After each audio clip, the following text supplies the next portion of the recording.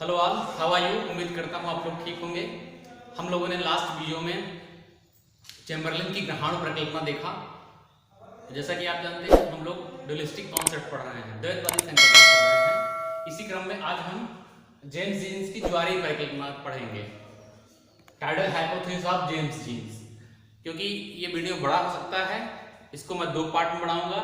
पहले पार्ट में मैं इस परिकल्पना को डिस्क्राइब करूंगा और सेकंड पार्ट में आपको ये बताऊंगा कि उन्होंने जेम्स जीन्स महोदय ने अपनी परिकल्पना के पक्ष में क्या क्या तथ्य दिए। तो हम स्टार्ट करते हैं पहले जेम्स जीन्स की ज्वारीय परिकल्पना।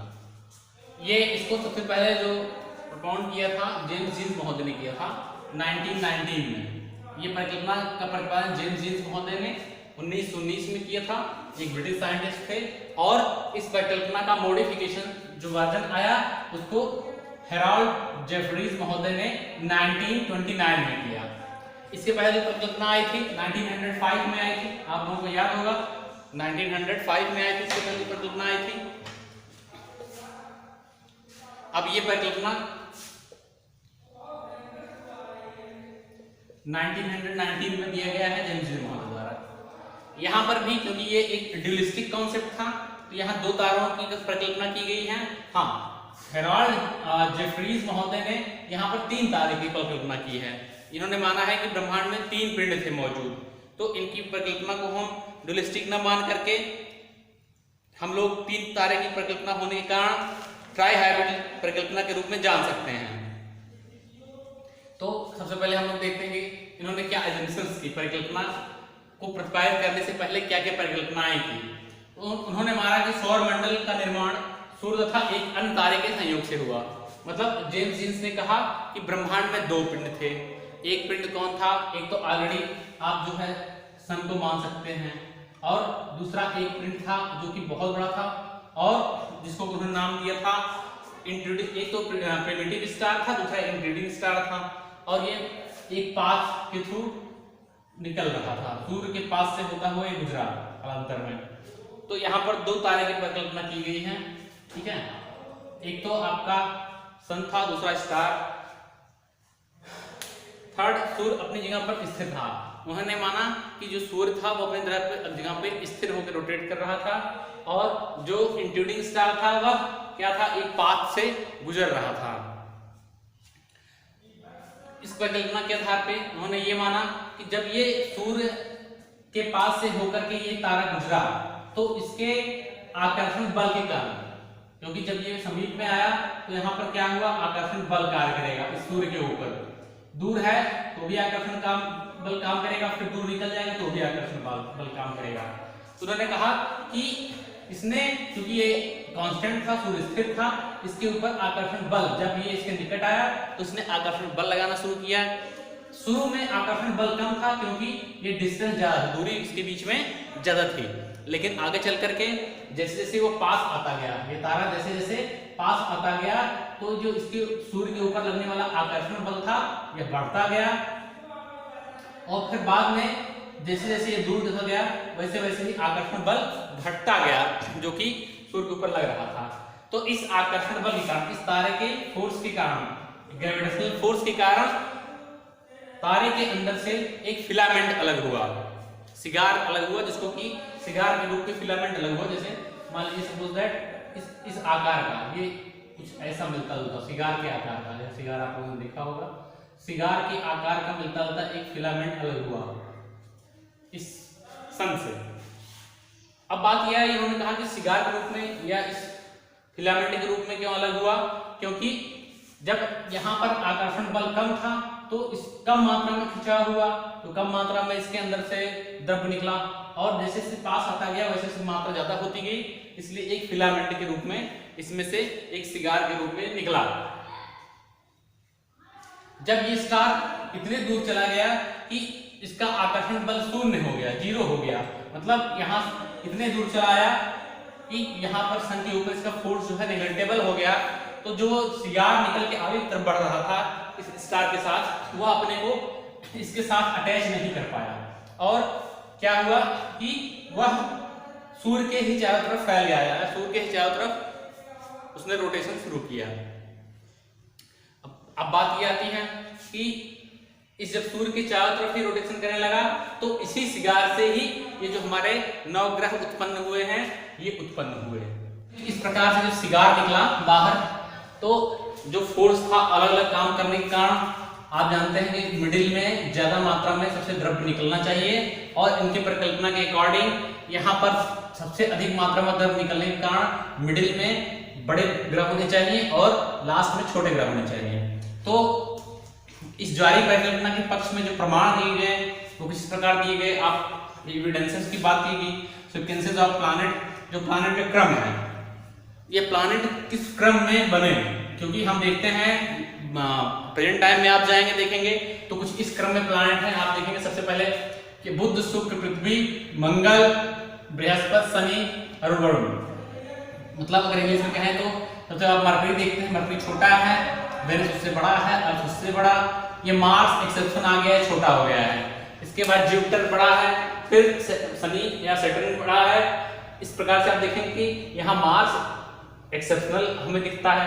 अगर हम ये क्रम की बात करें, सीक्वेंस की बात करें तो छोटे ग्रह पहले मिलेंगे और बड़े ग्रह बाद में आपको मिडिल में मिलेंगे। फिर ऐसे जस्ट अपोजिट, फिर जुपिटर के बाद आप देखेंगे शनि, सैटर्न आ गया, सैटर्न के बाद नेपच्यून, यूरेनस और नेपच्यून की बात आती है तो ये बीच में फिर एक्सेप्शनल है, फिर यहाँ बड़ा ग्रह है। तो कहीं न कहीं इनका यह जो थ्योरी है इसके अकॉर्डिंग ये फिट बैठता है, क्योंकि इन्होंने बताया जो सिगार के रूप में निकलेगा और आप जानते हैं द्रव्य जितना ही ज्यादा बड़ी मात्रा में रहेगा उसको ठंडा होने में समय लगेगा और कम द्रव्य जल्दी ठंडा हो जाएगा। तो यहाँ पर सेम ये चीज हुई कि जब फोर्स ज्यादा लगे, ज्यादा मात्रा में द्रव्य निकला और यह एक घनीभवन इसका ज्यादा हुआ, यहाँ बड़े ग्रह बन गए और लास्ट और शुरू में जो है एंड में और स्टार्टिंग में छोटे ग्रह बने। तो इस प्रकार से हम कह सकते हैं कि ये परिकल्पना के आधार पर प्रमाणित होता है इन ग्रहों का सीक्वेंस। हाँ, बीच में कुछ एक्सेप्शंस हैं, जैसे यहाँ मार्स है और नेपच्यून और यूरेनस और नेपच्यून के बीच में यहाँ पर जो एक्सेप्शन आ गया है, तो फिर भी लेकिन ये प्रमाणित हम मान सकते हैं। सेकंड बात आती है कि ordering and arrangement of satellite, satellite कैसे बने और सैटेलाइट का क्रम क्या होना चाहिए। हम देखते हैं कि जो बड़े ग्रह हैं उनके ज्यादा सैटेलाइट हैं, जो छोटे हैं उनके कम सैटेलाइट हैं। तो ऐसा क्यों है? इस परिकल्पना के अनुसार जब कोई द्रव्यमान बड़ा है उसको ठंडा होने में समय लगेगा और जब ठंडा होने में समय लगेगा तो ज्यादा मात्रा में उसे सैटेलाइट बनने की प्रोबेबिलिटी है, संभावना है, कंपेयर टू छोटे ग्रह की। तो इन्होंने कहा, जेम्स जीस महोदय ने कहा कि ऐसा है कि अगर कोई ग्रह छोटा है तो उसकी कम मात्रा में सैटेलाइट होने चाहिए और अगर बहुत छोटा है तो उसको सैटेलाइट नहीं होने चाहिए, इन्होंने कहा। और सेम हम देखते हैं कि ऐसा ही है, जो ग्रह बड़े हैं उनके सैटेलाइट ज्यादा हैं और जो ग्रह छोटे हैं उनके सैटेलाइट, उनके उपग्रह कम हैं। आप देखते हैं कि जो मध्यम ग्रह हैं उनके उपग्रह दोनों के बीच में है, ना तो ज्यादा है ना तो कम है, मीडियम में है। तो ये भी एक सीक्वेंस फिट बैठता है। अर्थ आप देखते हैं, अर्थ एक मीडियम साइज का ग्रह है तो यहाँ पर एक सैटेलाइट है। आप देखते हैं मरकरी और वेनस छोटे ग्रह हैं तो भी सैटेलाइट नहीं है। फिर आप देखते हैं सैटर्न और जुपिटर बड़े ग्रह हैं तो इनके बहुत ज्यादा सैटेलाइट हैं। तो ये भी एक प्रकार से इस परिकल्पना को प्रमाणित करता है कि जो सैटेलाइट है उसका क्रम सही है। और जब हम ये देखते हैं अंदर जाकर के सैटेलाइट का क्रम क्या है तो यहाँ वहां पर भी देखते हैं कि अगर कोई ग्रह है, सपोज दैट ये आप मान सकते हैं कि सैटर्न या जुपिटर है और इसके सैटेलाइट को हम देखते हैं तो यहाँ पर यही है कि जो मिडिल में है ये बड़े सैटेलाइट हैं और स्टार्टिंग में और लास्ट में छोटे सैटेलाइट हैं। तो ये क्रम भी प्रमाणित करते हैं इस चीज को कि हाँ इस प्रकार से पॉसिबल है उनकी संकल्पना के आधार पे। अगला चीज आती है number and size of satellite. ये मैंने बता दिया आपको कि नंबर कितने होंगे और साइज क्या होगी। रोटेशन, रेवोल्यूशन एंड इंक्लिनेशन, झुकाव की बात आती है। जैसे आप जानते हैं कि पृथ्वी है वो अपने एक्सिस पे 23.5 अंश से झुकी हुई है, या मतलब आप ये देखिए अर्थ है तो अपने एक्सिस से ये यहाँ पर एंगल में आती है 23.5 डिग्री का, ये झुकाव अपने एक्सिस से। तो सभी ग्रह, लगभग सभी ग्रह जो है झुके हुए हैं अपने एक्सिस से। तो इस परिकल्पना के अनुसार हाँ ऐसा होगा। मतलब आप अगर इस ज्वारीय परिकल्पना के आधार पर कहेंगे तो जेम्स महोदय ने कहा कि हाँ जो है ग्रहों को झुका होना चाहिए। ऐसा क्यों है?